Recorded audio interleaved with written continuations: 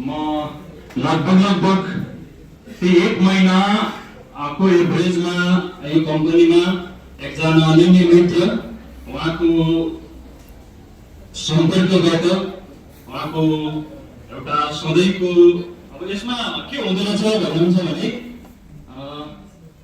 साथीहरूलाई धेरै पुश गर्नुपर्ने अवस्था रहेछ। इन्सुरेन्समा मेरो सानो अनुभवमा तपाईहरुलाई भन्दा मलाई पनि उहाँले 8-9 महिना भेट्नु भयो, 8-9 महिना भन्नुभयो, 8-9 महिना जति मलाई यस्तो यस्तो हुन्छ सर, यस्तो पनि हुन्छ, यसमा यस्ता फाइदाहरू छन् इन्सुरेन्स गर्दा।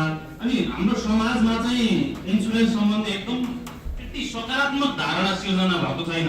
अझ बौद्धिक वर्गमा अझ म बुद्धिजीवी हुँ, पढे लेखेको हुँ, म पनि स्नातक गरेको थिएँ, पढे लेखेको हुँ भन्ने वर्गमा त अथवा बिजनेस गरिरहेको पर्सनहरू होस्, मेरो 10-15 दिनको सानो अनुभवले, छोटो अनुभवले पनि यो विषयमा चाहिँ त्यति सकारात्मक धारणा रहेनछ। र त्यो चिजलाई चिर्नको लागि मैले आजभन्दा लगभग 1 महिना अगाडि यो चिजलाई सङ्कल्प गरेँ र म यो फिल्डमा छु र म छोटो समयमै एउटा सानो अचिभमेन्ट MDRT जो $1 मिलियन राउन्ड टेबल, मलाई त राम्रोसँग भन्न पनि आउँदैन किनभने मलाई ट्याक्क उहाँले यो चिजमा विभिन्न सम्मान, विदेश जान पाइन्छ, विदेश घुम्न पाइन्छ, तपाईँ यसमा लाग्नुभयो भने यस्तो यस्तो फिल्ड छ भनेर धेरै भनिरहनुहुन्थ्यो। र मैले उहाँलाई आउँदा पनि हे तपाईँ अब यो विषय धेरै कुरा नगर्नुहोस्, मलाई त्यति आवश्यकता पनि छैन भन्ने कुरा भनिरहेको थिएँ हरेकचोटि। र मैले जतिखेरबाट यसमा डिटर्मिनेसन गरेँ, सङ्कल्प गरेँ म यो चिजमा म केही गरेर देखाउँछु।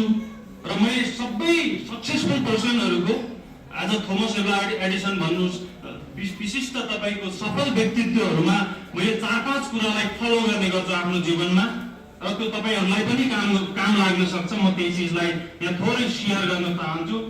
टाइम त धेरै छैन, सरले एकदम छोटोमा यो विषय राख्नुहोस् भन्नुभएको छ। हरेक सफल व्यक्तिमा म 5वटा चिजलाई फलो गर्नुहोस् भनेर भन्छु र म आफै पनि फलो गर्छु। र सबैभन्दा पहिला सङ्कल्प हुनुपर्छ। तपाईँ जुन विषयमा लाग्नुहोस्, जुन चिजमा लाग्नुहोस्, तपाईमा सबैभन्दा पहिला सङ्कल्प, त्यो डिटर्मिनेसन, म यो गरेर देखाउँछु, गर्छु भन्ने हो भने यहाँ मलाई 15 दिन लागेको MDRT को चाहिँ 1 दिनमा सफल भयो नि त। विषय यो हो र यसका विभिन्न तहहरू हुन्छन्। इन्सुरेन्समा पनि हामी जस्तो मान्छेहरूले, हामी जस्तो बौद्धिक मान्छेहरूले यसलाई अझ चिर्नु पर्ने अवस्था रहेछ। इन्सुरेन्स गराउने होइन रहेछ, इन्सुरेन्सलाई बुझाउनु पर्ने अवस्था रहेछ। हेर्नुहोस्, कसैको घरमा के कुनै पनि श्रीमानले विवाह गर्यो भने उसले सबैभन्दा पहिला श्रीमतीको इन्सुरेन्स गराउन चाहन्छ। किन? उसलाई श्रीमती प्रतिको माया छ। यो मायाका लागि इन्सुरेन्स बेचिरहेछ उसले। उसको सन्तान जन्मिरहेछ भनेदेखि सन्तानको इन्सुरेन्स गर्न खोज्दो रहेछ। र हाम्रो समाजमा इन्सुरेन्सको सकारात्मक धारणा रहेनछ। त्यो सकारात्मक धारणा चिर्नको लागि म इन्सुरेन्समा म केही गरेर देखाउँछु भन्ने एउटा आँट, साहस र म तपाईहरुलाई नि भन्छु, तपाईहरु यसरी लाग्नुस् र तपाईहरुले इन्सुरेन्स गराउनुस् हैन, म गराउनुस् भन्दिन तपाईहरुलाई। इन्सुरेन्सको बारेमा जनचेतना फैलाउनुस्। मैले यो भन्दा अघिल्लो कार्यक्रममा एकजना मोटिभेटर स्पिकरले भनेको कुरा मेरोमा हिट गरिराख्छ। उहाँले भन्नुभएको थियो, तपाईको अधिकार भनेको इन्सुरेन्सलाई बुझाउने हो। तपाईको अधिकार इन्सुरेन्स बुझाउने हो र अर्को तपाईले बुझाउने मान्छेको अधिकार भनेको इन्सुरेन्स गर्ने हो। उसले चाह्यो उसको अधिकार भयो, उसको अधिकार र तपाईको अधिकार मिल्नुपर्छ भन्ने छैन। र दुईटैको र तपाईको अधिकारलाई तपाईले प्रयोग गर्नुस्, इन्सुरेन्सलाई बुझाउनुस्। अझ इन्सुरेन्समा विभिन्न कम्पनीहरू रहेछन्। म नि यो कम्पनीमा यसको अलिकति पोर्टफोलियो हेरेँ र म पनि जीवनको पोर्टफोलियो मिलाउनु पर्छ भन्ने मेरो आफ्नो धारणा छ। र त्यसैले म सबैभन्दा पहिला इन्सुरेन्स पनि गरेँ र म इन्सुरेन्स बुझाउन लागिरहेको छु। म पनि तपाईहरु जस्तै 10-15 दिनको एभरेजमा म काम गरिरहेको छु। म केही गरेर देखाउँछु भन्ने मेरो पहिलो सङ्कल्प छ। यो सङ्कल्प तपाईहरुमा पनि रहोस्, मेरो कामना छ, मेरो शुभकामना छ। र दोस्रोमा कसैमा सङ्कल्प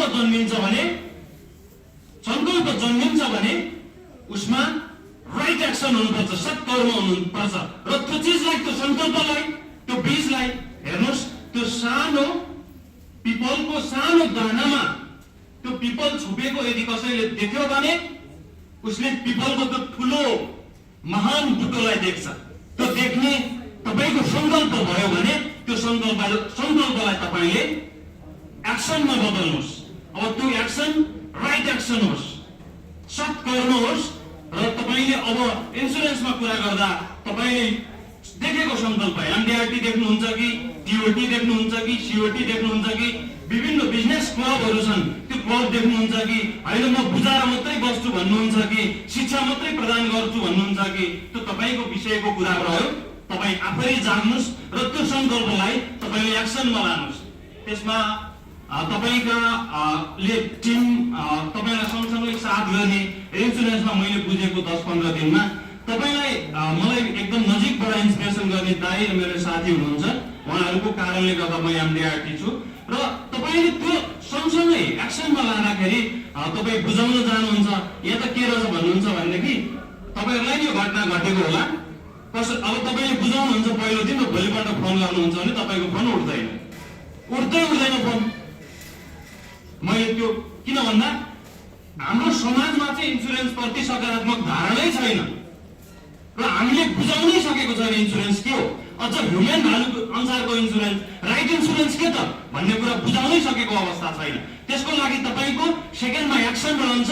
त्यो एक्सन चाहिँ तपाईँको राइट एक्सन हुनु पर्यो। तपाईँले इन्सुरेन्स बुझाउनु पर्यो। अब तपाईँ हामीले इन्सुरेन्सलाई सकारात्मक ढङ्गले र राइट पार्टमा त्यसका राइट काउन्सिलिङ हुनु पर्यो। हेर्नुहोस् यति आउँछ यसको डबल आउँछ भनेर नबुझाउनुहोस्, यसरी बुझाइदो रहेछ। विभिन्न त्यसका पाटाहरू छन्। इन्सुरेन्समा पनि के छ, तपाईँ अझ सचेत, तपाईँसँग हामीसँग पनि, मसँग त नलेजै छैन। म त्यो किन भन्छु भन्नुहुन्छ भनेदेखि मैले एमडिआरटी केबाट भएको भन्नुहुन्छ भने एनुअल मनी ब्याक भन्ने प्लानबाट मैले त्यति मलाई बुझाउने साथीले त्यति बुझाइदिनु भयो, मैले पनि त्यति बुझेँ र मान्छे कस्तो मान्छेलाई कुन इन्सुरेन्स गराउने तपाईँ हामीलाई जानकारी नै छैन। म लेखेर भन्छु यहाँ भएको नै 2%। अब हाम्रो सिनियर मान्छेहरू, सिनियर सरहरू बाहेक धेरै हामी अभिकर्ताहरू जो हामी एजेन्ट बनेर काम गरिरहेका छौँ, हामीहरूलाई नै सकारात्मक जानकारी छैन। हामी कुन मान्छेलाई कुन प्लान बुझाउने। अलिक वृद्ध मान्छे छ एफडी प्लान होला, तपाईँ बाल बच्चा छ उसको लागि भिन्नै प्लान होला। डिफ्रेन्ट टाइपका प्लानहरू हुँदो रहेछन् इन्सुरेन्समा। त्यो बारेमा सबैभन्दा तपाईँको ज्ञान हुनु पर्यो र तपाईँ यति राइट टाइपले लाग्नु पर्यो कि तपाईँमा त्यो ज्ञानले चाहिँ सकारात्मक धारणा सिर्जना गरोस् र तपाईँको एक्सनलाई, तपाईँको कार्यलाई सट बाटोमा लानको लागि र तपाईँको एक्सनलाई राइट टाइममा, र मान्छेको भाग्य उदय कसरी हुन्छ भन्नुहुन्छ भने राइट टाइममा राइट एक्सन भयो भने मान्छेको भाग्य उदय हुन्छ र कर्म राइट हुनु पर्यो।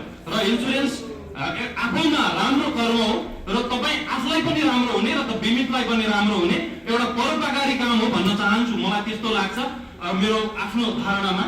तपाईहरू हामी सबैजना सत्कर्ममा छौँ र त्यो एक्सन, तपाईँको सङ्कल्पलाई एक्सनमा लानुहोस्। म दोस्रोमा यसो भन्छु र मेरोमा थर्ड पोइन्ट छ कन्टिन्युटी, निरन्तरता। तपाईँ हामीमा विषयवस्तुप्रति, कुनै कर्मप्रति तपाईँ आज इन्सुरेन्सै गर्नुहोस्, यसै अभिकर्ता बनेर काम गर्नुहोस्। म भन्दिनँ, म भन्न पनि चाहन्न तपाईँ आफ्नो कुन फिल्डमा हुनुहुन्छ त्यो फिल्डमा लाग्दै पनि तपाईँमा कुनै पनि कार्यको सङ्कल्पप्रति निरन्तर त्यसलाई कर्म गर्दै जानुहोस्, तपाईँ अवश्य सफल हुनुहुन्छ। जस्तै म निरन्तरताको उदाहरण दिन चाहन्छु। हरेक काठमाडौँमा तपाईँ जहाँसुकै खन्नुहोस् पानी आउँछ, स्वाभाविक ढङ्गले इनारमा पानी आउँछ। तथापि पानी आउँछ भन्दैमा तपाईँ बानेश्वरमा 1 मिटर खन्नुहोस्, कलङ्कीमा 1 मिटर खन्नुहोस्, कोटेश्वरमा खन्नुहोस्, यस्ता 50 ठाउँमा खन्नुहोस्। हेर्नुहोस् कसैको भाग्यमा रहेछ भने 1 मिटरमा पानी आउला, पानीको मुहान नै पलाएको होला। तथापि तपाईँ त्यही चिजलाई निरन्तर रूपमा 50 ठाउँ खन्नुहोस्। अझ यो इन्सुरेन्समा त लागिराख्नुहोस्। लाग्दाखेरि यसमा रिफरल मार्केटिङ छ। तपाईँले एकजनालाई कसैलाई बिमा गर्नुभयो भने उसले तपाईँलाई 2 जना दिने चान्सेस म्याक्सिमम छ। र म सबैभन्दा पहिला तपाईँहरू आज कस्तो हुनुहुन्छ सँग म सरोकार राख्दिनँ, तपाईँ को होसँग नि सरोकार राख्दिनँ र म सरोकार राख्छु त्यो विषयमा। त्यो जुन विषय हो तपाईँ आज के सोच्दै हुनुहुन्छ,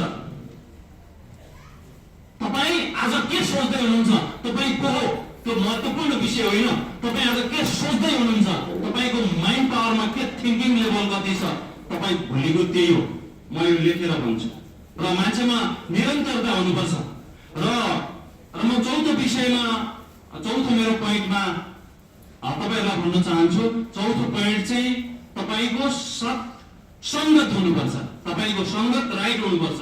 र अझ बिमारमा त तपाईको सङ्गत राइट हुनुपर्छ र तपाईको रिजल्ट राइट आउँछ। म कसरी भन्छु भन्नुहुन्छ भने तपाईको सङ्गत राम्रो छ, तपाईले त्यो सङ्गतलाई राम्रोसँग, तपाईको बिहारलाई राम्रोसँग तपाईले राख्नु भएको छ भने हेर्नुस् तपाईको त्यो जुनुन, त्यो संकल्प अवश्य मेवा पुरा हुन्छ। म लेखेर दिन्छु यो विषय। र तपाईको त्यो सत्सङ्गतबाट तपाईको संकल्पलाई पुरा गर्ने एउटा आधार निर्माण हुन्छ। र म पाँचौं विषय यहाँ राख्दै, टाइम पनि धेरै छैन, राख्दै पाँचौं विषय चाहिँ आजैबाट बहाना बनाउन छोड्नुस्। म कस्तोमा जन्मे, म कस्तो घरमा जन्मे, म आज कस्तो छु, मेरो संगत कस्तो छ र मेरो परिवार कस्तो छ, म यो त बिमै गर्न सक्दिनँ होला, यी सबै कुराहरू हाम्रा बहानाहरू हुन्। यी सम्पूर्ण कुराहरू त्याग्नुभयो भने तपाईँ हामी सफल हुन सकिन्छ र हुनुपर्छ भन्ने सन्देश छ। र हर तिल में ही तेल है चकमक में आग, हर तिल में ही तेल है चकमक में आग, तेरा मालिक तू है जाग सके तो जाग, तेरा मालिक तू है जाग सके तो जाग। भन्दै मेरा धारणा यही अन्त्य गर्छु।